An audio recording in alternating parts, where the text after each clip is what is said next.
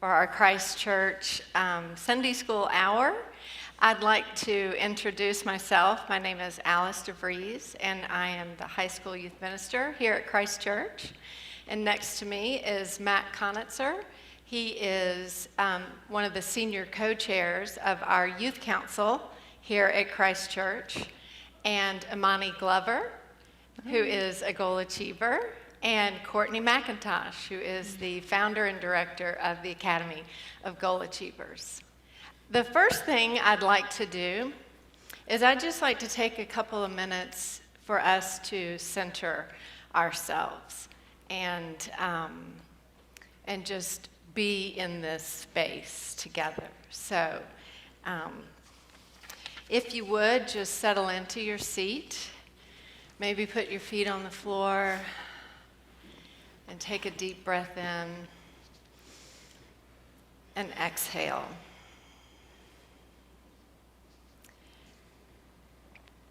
And just allow yourself to become aware of this environment that you're in. All the things around you that you can hear, see, and the people you're with. And say to yourself, I am grateful for being here. Next, bring to mind those people in your life with whom you're close, your friends, family, and just say to yourself, for these people, I am grateful.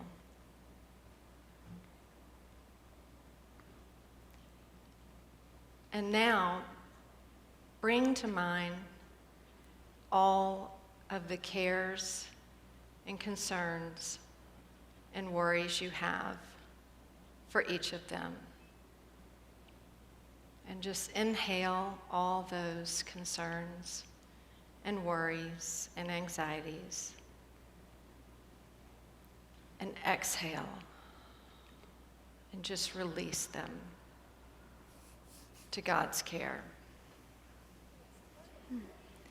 Now turn your attention inward to yourself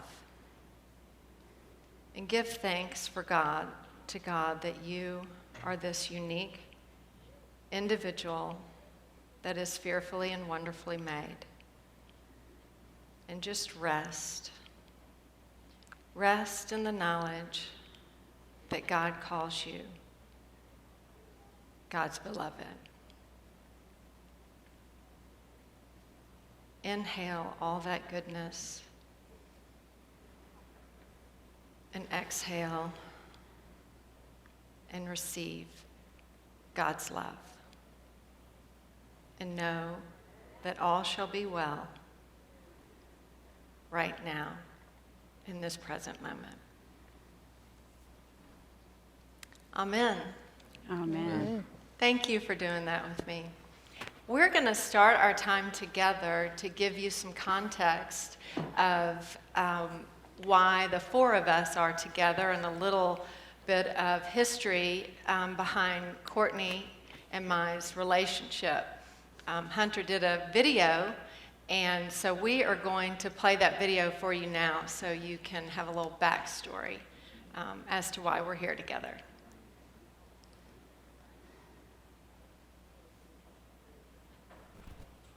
Story.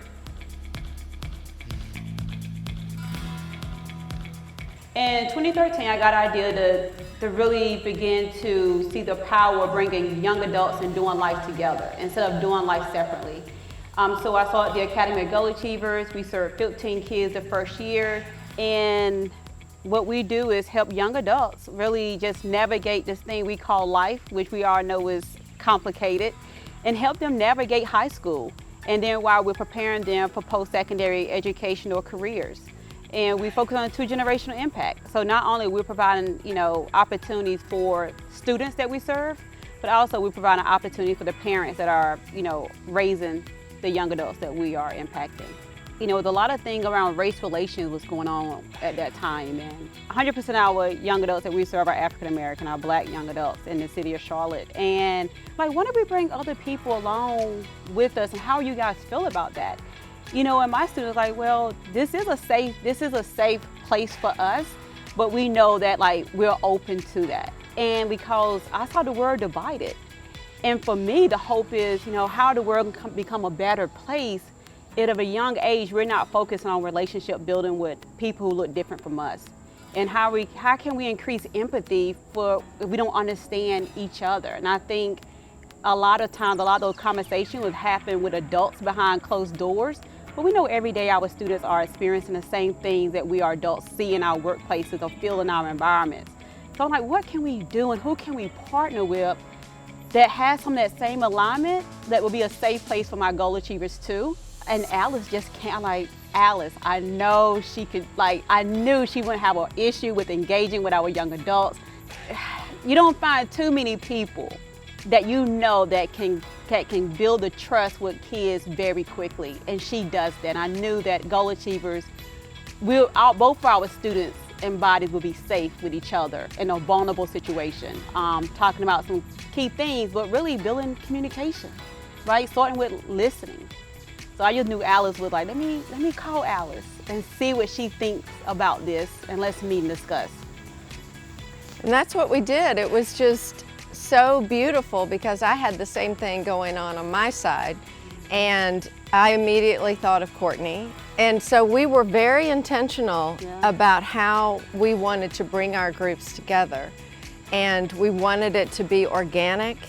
It just dawned on me, hey, I teach this communication skills class and we teach people how to listen to each other. So we built a cohort around the space between us and brought our groups together, and we learned how to listen to each other. We learned how to seek to understand each other, respect our different perspectives, and it was incredible. I mean, it filled Courtney and I with so much hope to organically watch these young people just become friends. I believe they knew that was an authentic space for them. It was more of a release, right? A building of community and an outlet while they're all learning these important skills of life. My hope for the future, even when I began to think about bringing these young adults together, was to see these kids, you know, they 25, 26 years of age. They're gonna be they're gonna be leaders one day, right? So now you have a 25, 26-year-old man or woman in a position of power, of influence. We know that we have a solid person there who knows about empathy, right? Who knows about active listening. I think that's what my hope is. My hope is we begin to develop empathetic, great communicators, listening leaders for our community. You could have a 30-year-old in a leadership position. They just now been exposed to this. They just now learn about, oh my God, do I have empathy? But we know the young adults that we serve, they've been talking about this conversation now within this class, within their homes, you know, since they was 15, 16 years of age. You know, that's how you get, no matter what color a person is in leadership, when you build them up from the inside out, right, we know that we're all in good hands. And that's what I hope for. That, for me, is what it was all about. You know, for us to think about each other and create a safe and bold space for each other as we navigate this thing called life.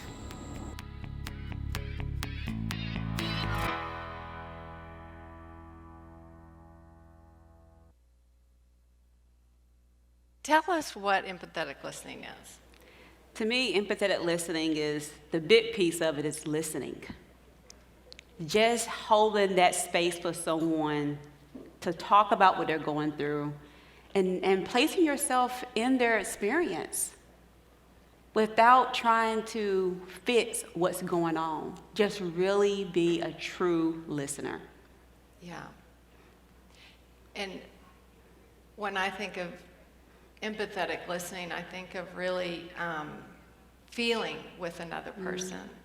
You know, identifying that emotion that you see in the other person and finding that emotion in yourself and being willing to go there with them and be there with them.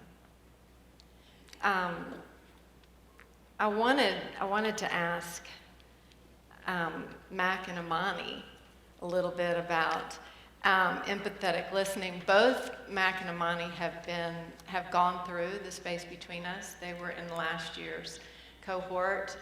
We're on our third cohort this year, and Mac very kindly agreed to do it again, and very grateful for that. So they have some experience with this and with their families and what it looked like in their homes. So I just wanted to know from you guys, Amani, could you tell us how this has impacted your life with your family, and kind of when a time that you really felt heard and seen by your parents? Well, I would say this cohort definitely helped me in terms of my communication skills, especially with my job and in my family. I would say my family relationship is very tight, but in terms of like emotional, I feel like there's always been a disconnect, because I feel like sometimes with my mother, I can't really go to her about certain things, because I don't know about y'all, but I have a tendency to hold stuff in, and then hopefully, to me, I'll be able to handle it, but sometimes it gets to that point where I just need to talk to somebody.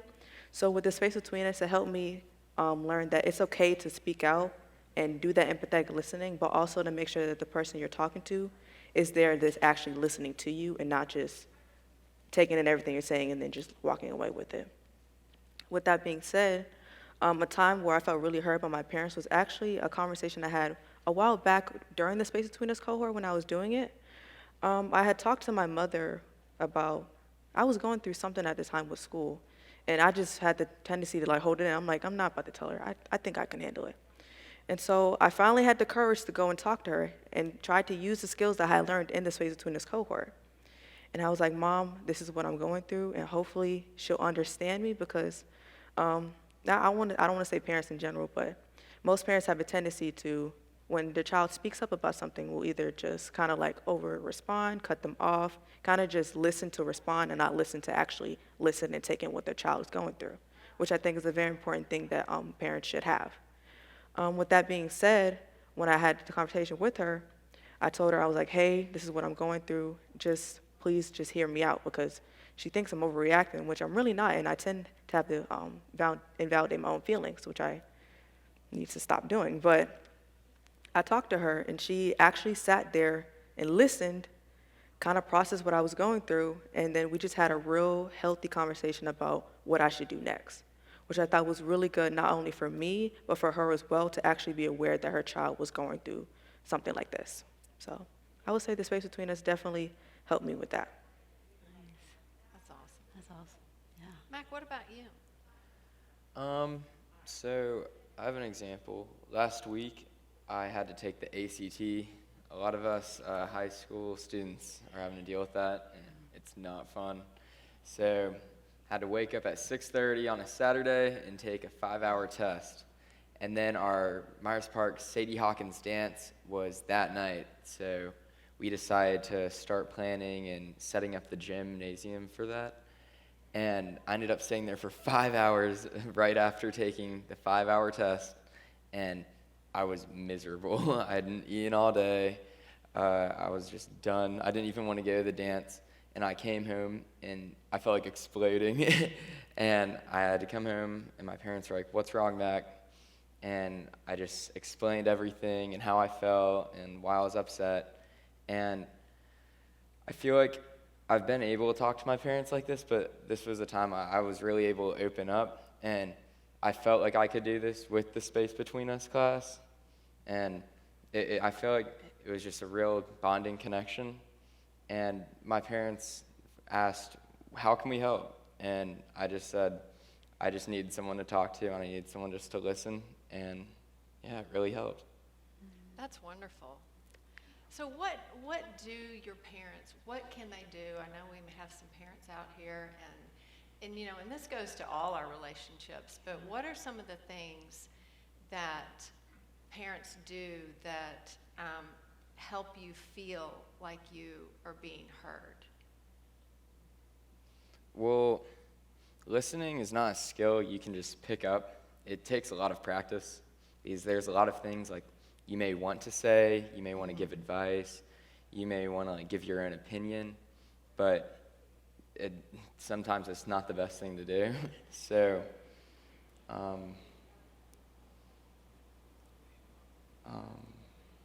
Yeah, so sorry. them just not giving you advice. Yeah, not the advice. And just really listening. Yeah, Yeah. just sometimes just silence is the best thing. So.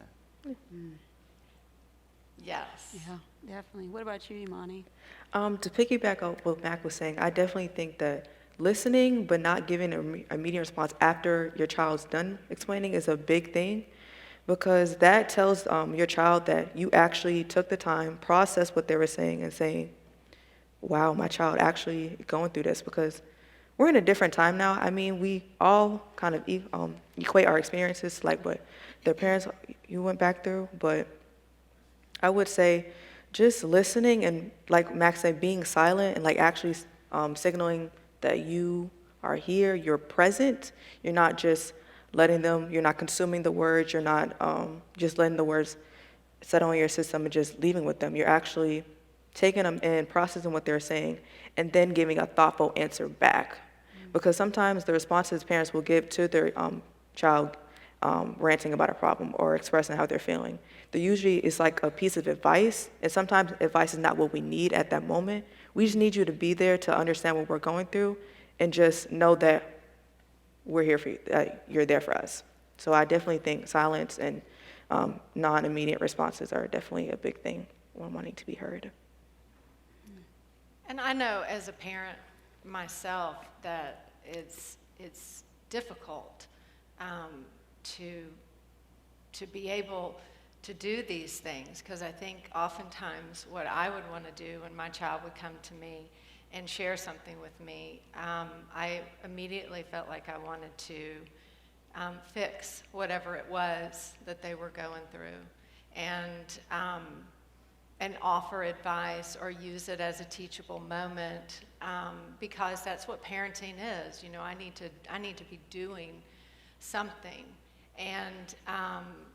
and what I have learned through having the privilege, Courtney and I both have this incredible opportunity to spend time, lots of time with young people, and listen to them and hear what they need in those moments. And it's been very powerful to be able to lean into these skills of empathetic listening and to trust them, trust these skills, because it's hard sometimes.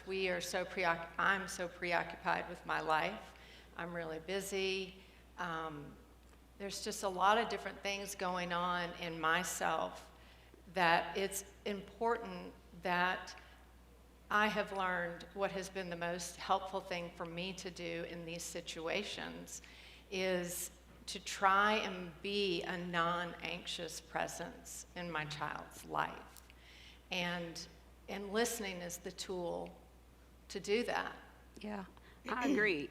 With the Academy of Goal Achievers, our parents go through a session about, the first session they go through is self-care. You know, it's hard to listen, even when you're thinking about any type of relationship.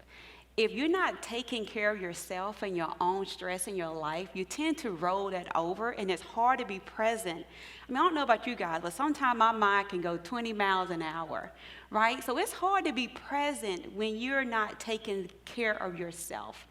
And I believe parents have one of the hardest jobs here in this world. Being a parent is not easy. So I think, too, listening also starts with that self-care as parents. You know, when you're taking care of a household, do not forget to find time to take care of yourself, so you even have more to pour out, and you don't take as much to be present in those moments. But I truly believe self-care is one of those biggest keys to being able to listen and to be effective in your everyday relationships. Yeah. You know, there is a symbol in the Chinese language for listening, and the symbol makes up 3 images, and it is the mind, the ear, and the heart. And it requires all of us, all parts of us, to really be present for another person when we are listening to them. You know, it's putting down the phone, shutting the laptop, looking at them, eye contact, and just being fully present. Anytime I will ask young people, I'll say, so what did your parents do to help you know that you felt heard and seen and listened to? And they said they just were fully present with me. They had the eye contact and the nonverbal acknowledgement that they were tracking with me. And I think presence, it requires so much internal strength sometimes to be able to do that. And to be empathetic, it also takes time. It takes time to stop and pause and identify and remember what it was like to be a teenager, you know? Yeah, definitely. And Mac, you mentioned that your parents didn't offer any advice. One of the things that is what we find in listening is that if you can receive what your child is saying, that you don't necessarily need to agree or disagree with what they're saying. You don't need to come to a consensus.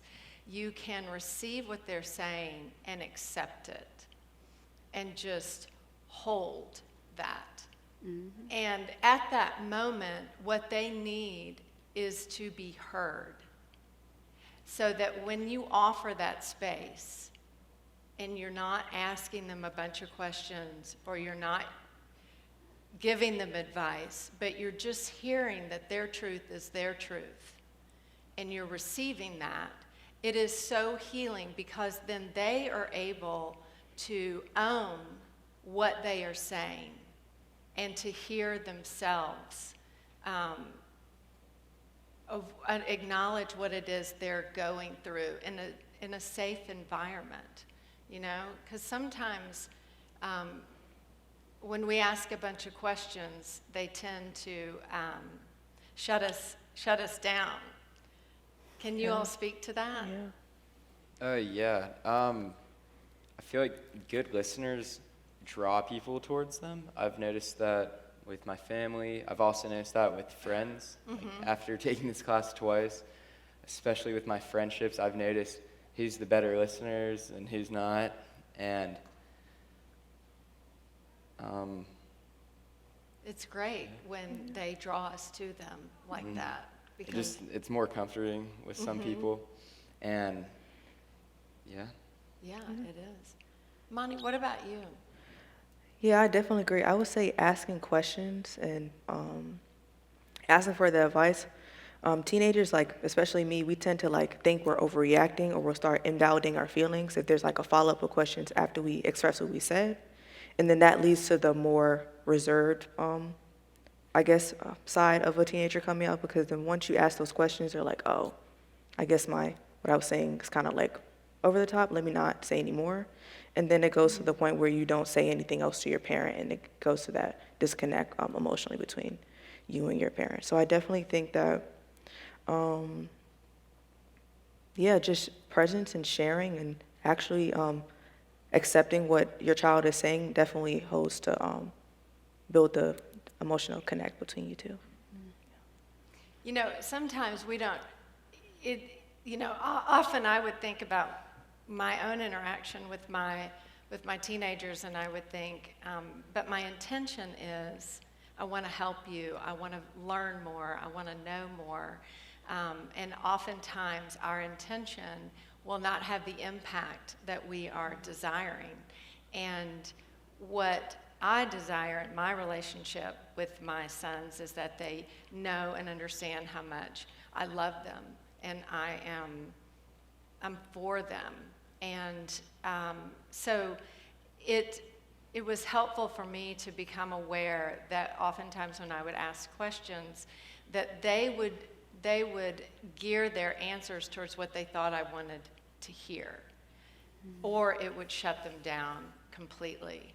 And so when I learned that I could just have an open-ended statement or comment that invited them to share whatever it is they wanted to share, it was amazing what I found out. And in order to do that, what it required of me was to quiet my heart and mind so that I could suppress my need to want to know more information. But that was about me. That was satisfying my curiosity instead of holding that non-judgmental, accepting space for them to share whatever it is they want to share. I think a powerful statement is, tell me more. Tell me more about that. And you'd be surprised what people would just continue to share.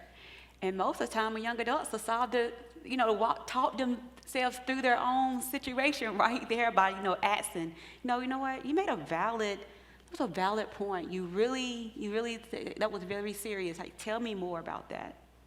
Is a very powerful opening conversation statement. Tell me more. Yes. Yeah. Yeah. We have, in the class that we teach, there are 5 steps of empathetic listening that we go over. And the first one is presence, and how important and powerful our presence is.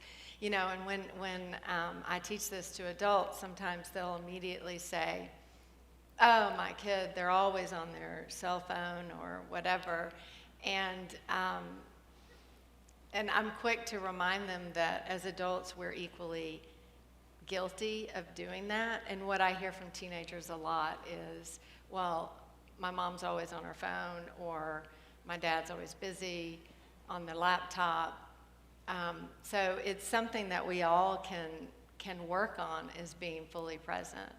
And then the next thing are these, what we call door openers, which are statements that invite the conversation for the other person to share whatever it is that they want to share on their heart. And because sometimes, I don't know if y'all have had this experience, if you're going through something and you don't want to go to a social function, or you don't want to go anywhere because you don't want to answer the questions that people are going to ask you. Well, that's true of our teenagers. I used to think, I wonder what it would be like if my sons came home from school and they started saying, so Mom, what did you do today? Is dinner ready? Have you done my laundry? Who did you talk to today? What did you do? And I would be like, whoa, hang on a minute. But I realized that's what I was doing to my sons when they would walk through the door, And so leaning into these statements of saying, tell me about your day, and then allowing them to share whatever it is that's on their heart and mind. And as I said before, suppressing my need to go, but who did you talk to, and what did you do, and how did this go? The more I was able to do that, the more my sons began to share with me. And I certainly do that with the teenagers who I work with in youth ministry, and it's amazing the power that has. And then the third step is silence. We say invite silence. I don't know if y'all have heard that acronym, WAIT, why am I talking? It's amazing the power of silence. And silence requires a lot of internal strength. It's just a quieting of our hearts and our minds and being centered. I have learned for me that parenting, and trust me, I have made my mistakes. The more that I am able to be grounded in myself and centered in myself and work on being non-anxious in my own life, that radiates out to my children. So silence is really a part of that. Yeah.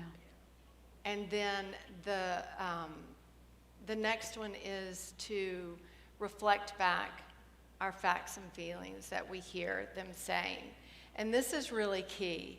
A lot of times when our teenagers share something with us, if we can listen and then pick out the facts and feelings that they have shared with us and use their words and reflect it back to them, that is a wonderful way that they know that we're listening, that we have heard them, and they can then hear what it is that they're saying and that they can own what they're saying. And this is a beautiful way that opens the door for them to be able to solve their own problems.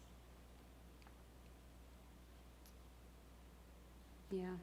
I know a big thing too is, one of the things you naturally feel, you talked about earlier, is rescue and hijacking a conversation. When I took the space between us, I didn't realize what hijacking was, and when I saw it, I began to know these things people are doing all day long.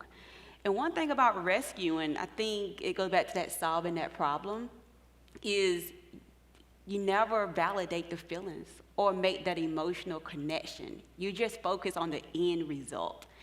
And at the end of the day, we are human beings first. We are emotional, spiritual.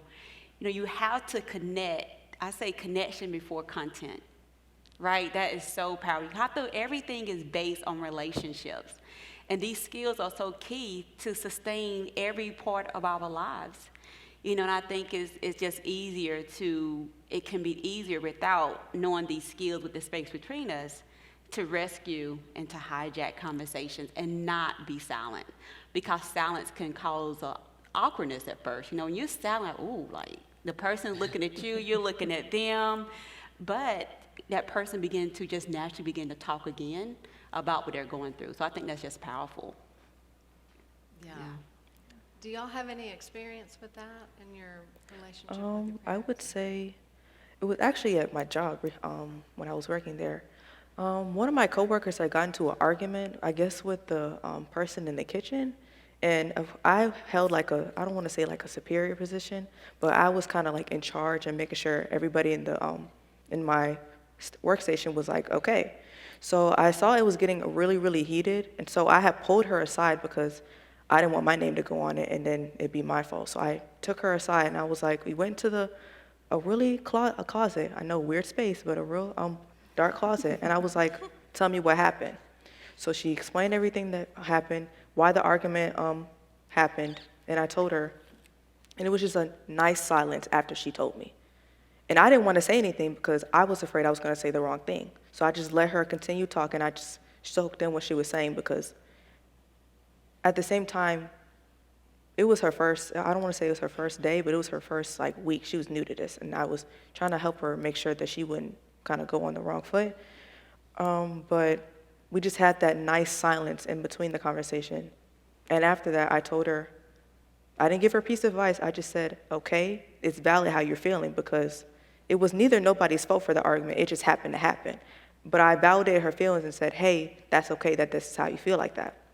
And so after that, she came up with a solution, and I just co-signed it. I was like, hey, if that's how you feel is right, go ahead and do that. And then we just applied that solution to the situation, and then it would resolve from there. So I definitely think that the silence and having that moment of acceptance definitely works, not only with parents and children, but in the workspace or a social environment, things like that. I agree. Not just jumping right into the conversation, maybe regrouping your thoughts. And it's the same thing with asking a bunch of questions. It's overwhelming and stressful, and it gives the person, they're able to explain their thoughts and go into the deeper conversation if they need to or not. Absolutely. And the thing about silence and practicing letting go. All this is a lot about letting go and trusting. And I have learned the hard way that when I am able to let go and to trust my child, trust God, these moments like offering silence to someone I have learned for myself that this is a moment when I invite the Holy Spirit into the relationship, that I literally ask God, be with me, help me to quiet my heart, my mind. I'm lifting up this situation between whatever's going on in the moment and what's going on with my child or the other person that I'm listening to. And in doing that, the more we practice it, the more we're able to trust it. Because it's amazing what happens when we create that space. And that's why we named the course The Space Between Us, because the space between us is that holy space. And we can invite the Holy Spirit into every single relationship through creating this sacred space. And what that often requires is for us to allow our teenagers to fail. And that's a very important thing to understand, that we sometimes need to get out of the way and just accept them and let them know that by us showing up empathetically and listening to them and loving them, that we delight in their presence, we are here for them, and they belong. And it's okay if they fail. Yeah. It's okay for young adults to fail. I think, it goes back to not rescuing. And building that trust. I think it's powerful when you let someone know that you trust them enough to make a decision instead of making the decision for them. There was a time, let's say, Mac, where you felt like someone just trusted you with a decision, and how did that make you feel? Or trusted me, say that again? Was there ever a time when someone trusted you to make a decision? Well, it feels good. It feels good, right? Yeah, it makes me feel responsible, and that they believe that I can carry through. Yeah, definitely. What about you, Monty? Like Max said, it definitely feels great when someone trusts you, but I really think it goes back to like if you can trust yourself with that decision, because it's one thing if someone trusts you to make a decision, but it's one thing, do you trust your own self to make that decision, whether it be for you or be for somebody else? But I definitely think it's a good feeling, of course, because you feel like you're in control and you know that this is what's best for me and that's what I'm going to do moving forward. But it's also another thing to say, I don't know if this is good. I don't know if this was going to be good enough for me, or do I really have the capacity to make that decision? Right, definitely. Yeah. It's hard work. It is. I mean, there are, I have some great quotes about listening and how hard it is. And this says, empathetic listening is the skill, the discipline of extending yourself for others by really working to see it as they see it, feel it as they see it. It requires kicking all of the noise and chatter out of your mind and getting ourselves fully present for what is being said. Empathetic listening is hard work, and it requires a great deal of effort. I have this story with my oldest son about how much internal work this requires. In the class, I always ask my sons if I can tell stories about them, and they're like, as long as it doesn't make me look bad. And this one, and the stories make me look bad, because, but grace upon grace, right? Yeah. We're all learning. Every day is a new day, and I always say, Lord, have mercy on me. Let me begin again. Let me try again. And I believe that it goes a long way with our children when we do try. The one time we lean in and we're quiet and we trust them and we don't intervene or we don't say anything, they feel it and they know it. My son was going back to Denver, and he was flying out of Charlotte, and it was really early in the morning, and he needed to make his flight. And according to my time schedule of what I thought was an appropriate time for him to get up and pack and make it to the airport, was not the same idea that he had. And so everything inside of me wanted to get up and go in there and wake him up and say, hey, how can I help? What can I do? You're going to miss your flight, all of these things. And I just thought to myself, no, I'm going to trust him. If he misses his flight, it's not the end of the world. But I'm just going to, he's 24 years old. And I just left him alone and let him figure it out. And when he left for the airport, I was able to just give him a hug and say, I'm so glad you were here. I love you, and send him on his way.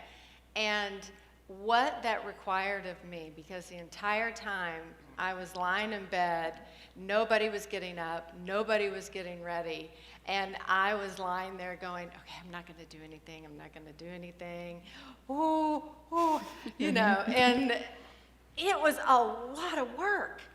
It was really, really hard to do that.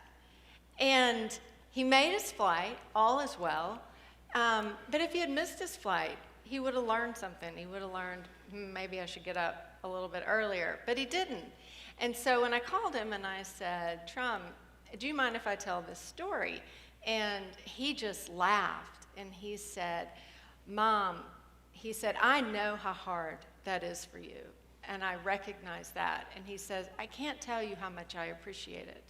Every time you trust me, and you don't come in and you don't intervene or try and rescue me.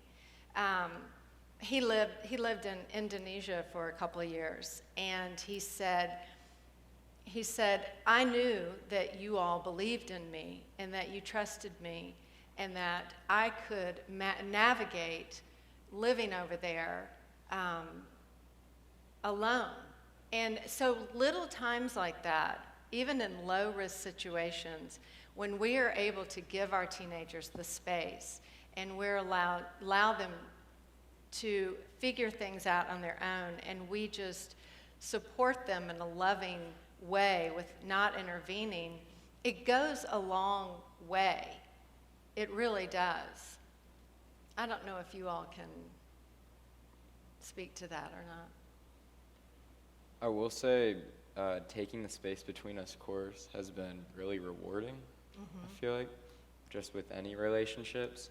I've caught myself now recently using all these skills and stuff, and it's really cool because I feel like I've gotten a lot of people to really open up to me, and I feel like I've become that safe space in some situations. That's awesome. That's awesome. Yeah. Yeah. Courtney, I don't know if you have any other thoughts to add to this. No, I just think, the space between us is such a wonderful tool. I always say, we're all navigating this messy life, and communication is a foundation that gets us through so much that we'll lose relationships, we'll gain relationships.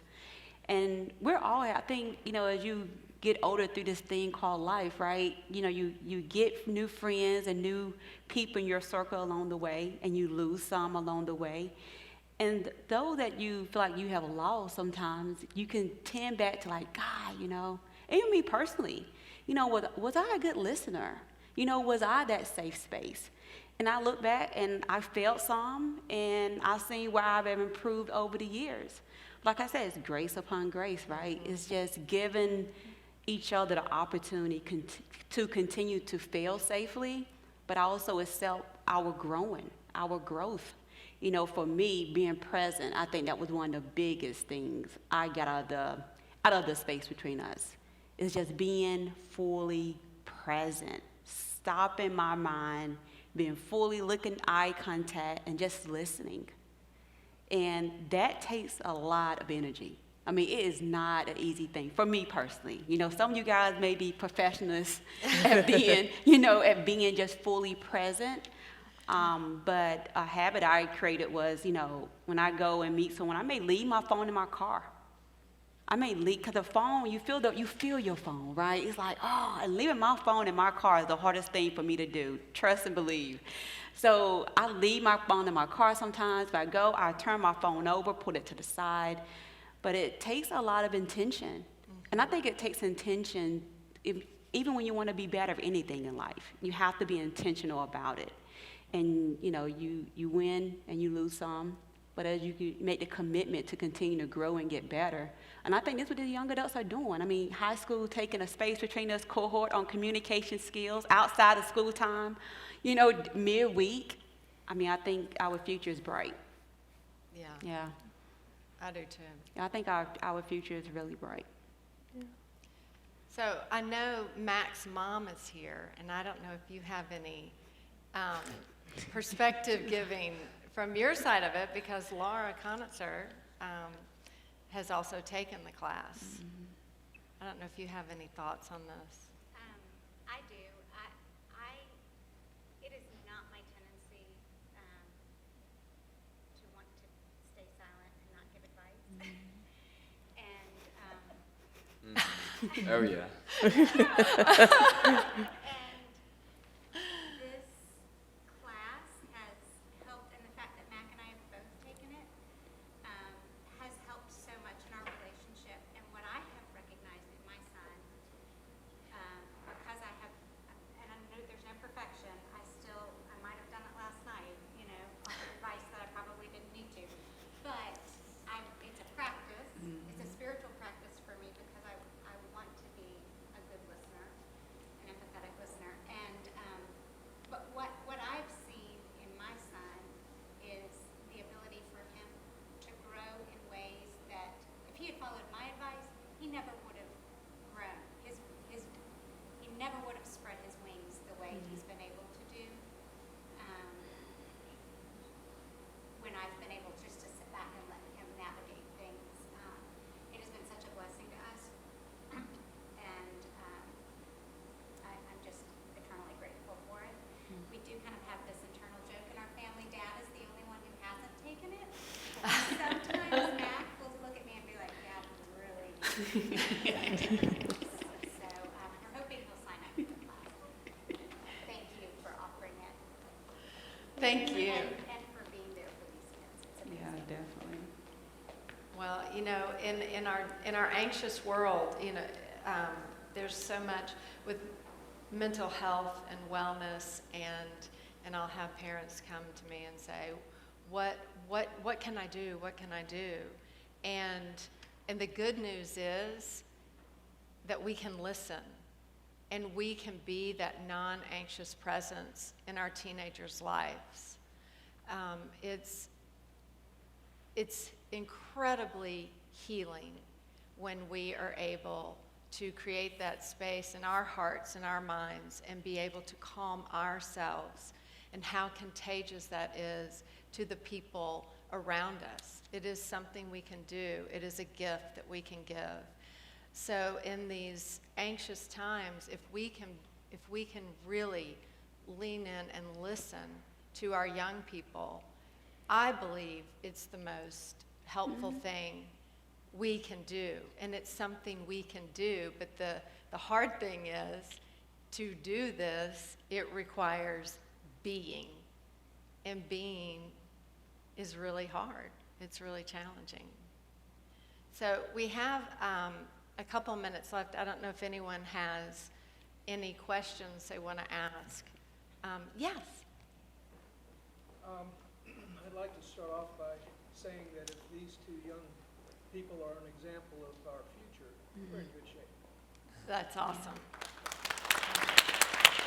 I totally agree. I'd like to also say that leadership is a daily activity. You learn every day, and if you're not willing to learn and listen, shame on you, and you're going to be one of those robots that doesn't do anything but make the people who work for them uncomfortable. And that's not a good way to operate. I can remember talking to my soldiers, and I had rather unique experiences that I had people who were smarter than me. Made me a good leader. I hired good people. But I asked a lot of questions. And I gave them the opportunity to make decisions. I was the ultimate decision maker, but I couldn't make a good decision if I didn't have input. And having input from the young people who worked the work made me that comfortable in that position. And so I'd say, okay, here's the mission. You got a couple hours, come back and give me some courses of action. And I listened to what they had to say, because if you don't listen, if you just kind of say, this is the way it's going to be, you're going to do it this way, it's going to fail oftentimes. That's incredible if you And don't you listen. let these people provide feedback, provide input. It's going to be a success. Might be painful. And the other thing, the last thing I want to say is you need to let them make mistakes. And oftentimes in corporate world or in the military, mistakes or failure is not acceptable. And I say, yes. If I hadn't been allowed to make mistakes, I wouldn't have grown. I wouldn't have been able to be a good leader. And so you got to be able to make mistakes. And as a leader, you need to accept that and offer advice when it's appropriate, and let them make their own mind. Yes. Figure, I made that mistake. What should I do next? Right. And then if they have a question, they come to you and say, well, what should I do, or how can I do this better? It's important. Yeah. Thank you. Yeah. Thank you. I love that. The importance of listening. And, it's interesting as parents, I know that we taught our sons how to tie their shoes. We taught them how to use a fork and a spoon. We taught them, but I didn't learn how to listen, or I didn't teach them how to listen, and it's critical. It's what we do every day, all day long.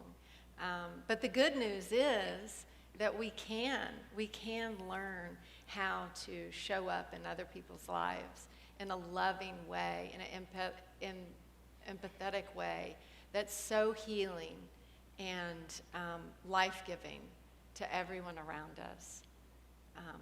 Are there any other questions or comments anyone would like to make? Do you all have any closing right thoughts? here, right yeah? here. Alice, Oh, can you yes. tell them about the class space between us that we offer at Christ Church? Absolutely. Mary Davis Smart and Makita Pennacook are two of my fellow facilitators here today, and I'm sure they have a million things they could say that would be so helpful to us. So we do offer the class. We have two coming up, first week in March and the first week in April. And you can go on the Christ Church website, and it is free to the community. Anyone can take it, and it is 3 full days, and it is a beautiful curriculum, and so life-giving and healing. So I would highly recommend, if you're at least bit interested. Taking the course has totally changed my way of walking and being in the world, and I know that it has helped my ministry with young people, knowing how to listen. So, do y'all have any closing comments you want to make before I say a prayer and close this out? Well, I would say this is a great opportunity. This has been a great opportunity to partner with the church and amazing youth group, bringing our goal achievers together. And if you don't know a lot about the Academy of Goal Achievers, I would say to Google us, look us up, get involved, get plugged in. We are a youth leadership mentoring organization right here in Charlotte. And our goal is to do what you see what we're doing today, is develop young adults into awesome people and making sure they have those skills along the way through courses like The Space Between Us. Like, Matt grandfather said too, man, we got a bright future ahead of us. We got a bright future ahead of us. Absolutely. Yeah. And can I just say that the Academy of Gold Chief is one of our community partners in outreach, so we support and look forward to doing more and more with this amazing organization, not just with the youth, but in lots of different ways. Thank you. Yeah, definitely. That's awesome. All right. Well, the Lord be with you. With you. Gracious God, thank you for the gift of today. Refresh me.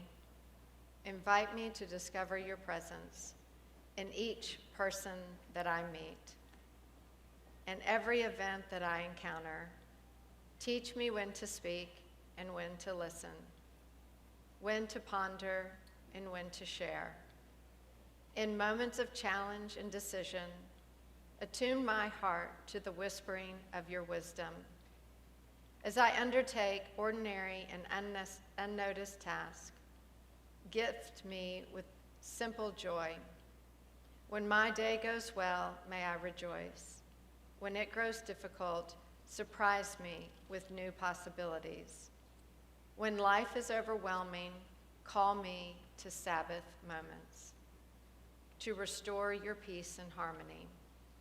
May my living today reveal your goodness. Amen. Amen. Thank you.